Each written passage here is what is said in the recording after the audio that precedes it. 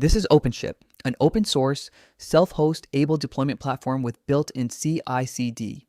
You push code. It detects your stack, builds it, configures everything, and ships it. No YAML, no pipelines, no config files. Databases, domains, SSL, CDN, backups, all managed from one dashboard, on their cloud, or on any Linux server you own.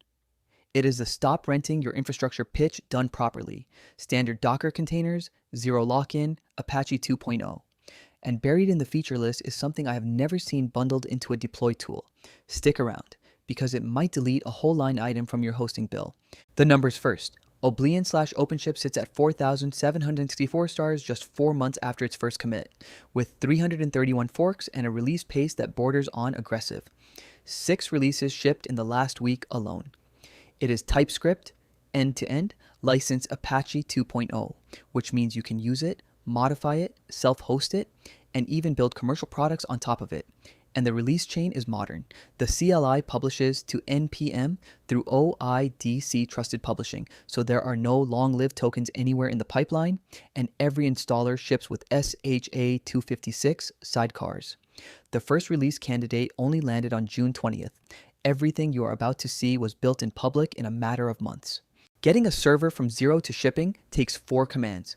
npm install Openship globally, or pipe their install script if that is more your style. Openship up registers it as a background service that starts on boot and restarts itself if it dies. Then, inside any project, Openship init links the directory, and Openship deploy does the rest. Stack detection, container build, a domain with SSL issued automatically, live log streaming to your terminal. The exact same flow works from the desktop app if you never want to touch a shell.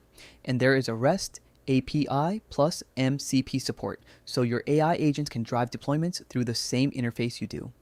Openship open pops the dashboard in a browser, Openship stop tears the service down, and if you would rather run the platform itself in containers, the repo ships a ready-made Docker Compose stack.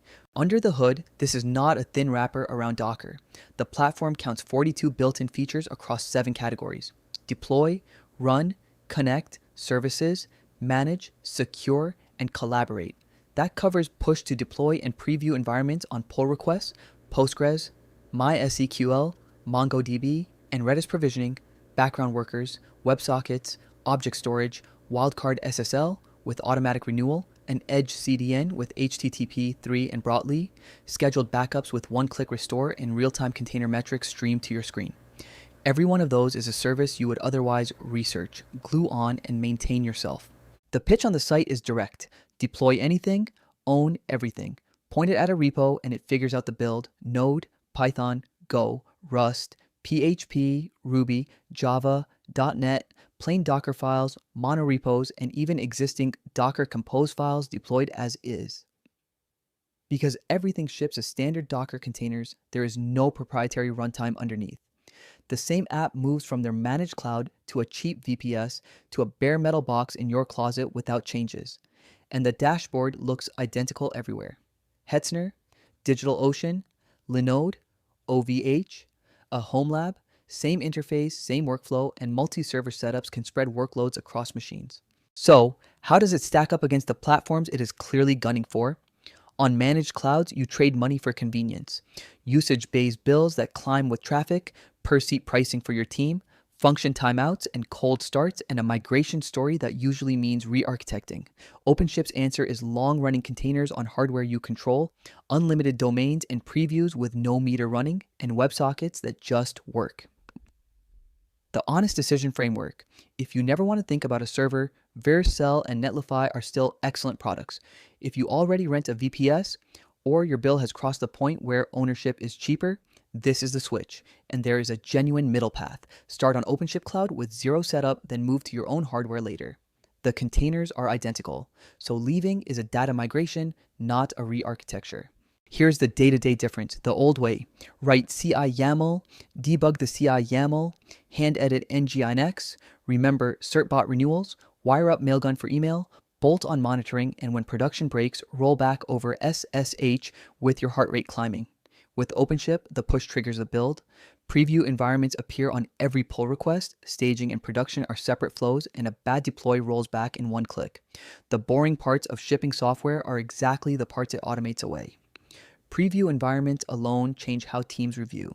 Every pull request gets a live URL you can click, not a screenshot in a comment thread. And the feature I teased at the start, Openship ships with a full mail server, not an integration, a built-in SMTP server with DKIM, SPF, and DMARC handled for you. Unlimited sending domains, no mailgun, no SES, no per email pricing.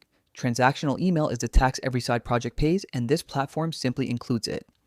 Alongside that, the Edge CDN with instant purge, scheduled database and volume backups you can export anytime, live build logs and container metrics, auto-scaling on the cloud tier with multi-node readiness self-hosted, and a desktop app, an actual native GUI for your infrastructure, which in 2026 feels almost rebellious. Now, the honest context, this is version 0.1. The first release candidate landed in late June, so we are talking weeks, not years of production hardening. The docs are openly flagged as a work in progress. The commit history is dominated by one primary maintainer, so bus factor is a real question, though outside contributors are starting to trickle in. And the managed cloud is the commercial arm that funds development, while the self-hosted core stays Apache 2.0. None of that is disqualifying Python, but the sensible path is to deploy your side projects on it first and your revenue later. One telling detail, the NPM version is already ahead of the GitHub releases page.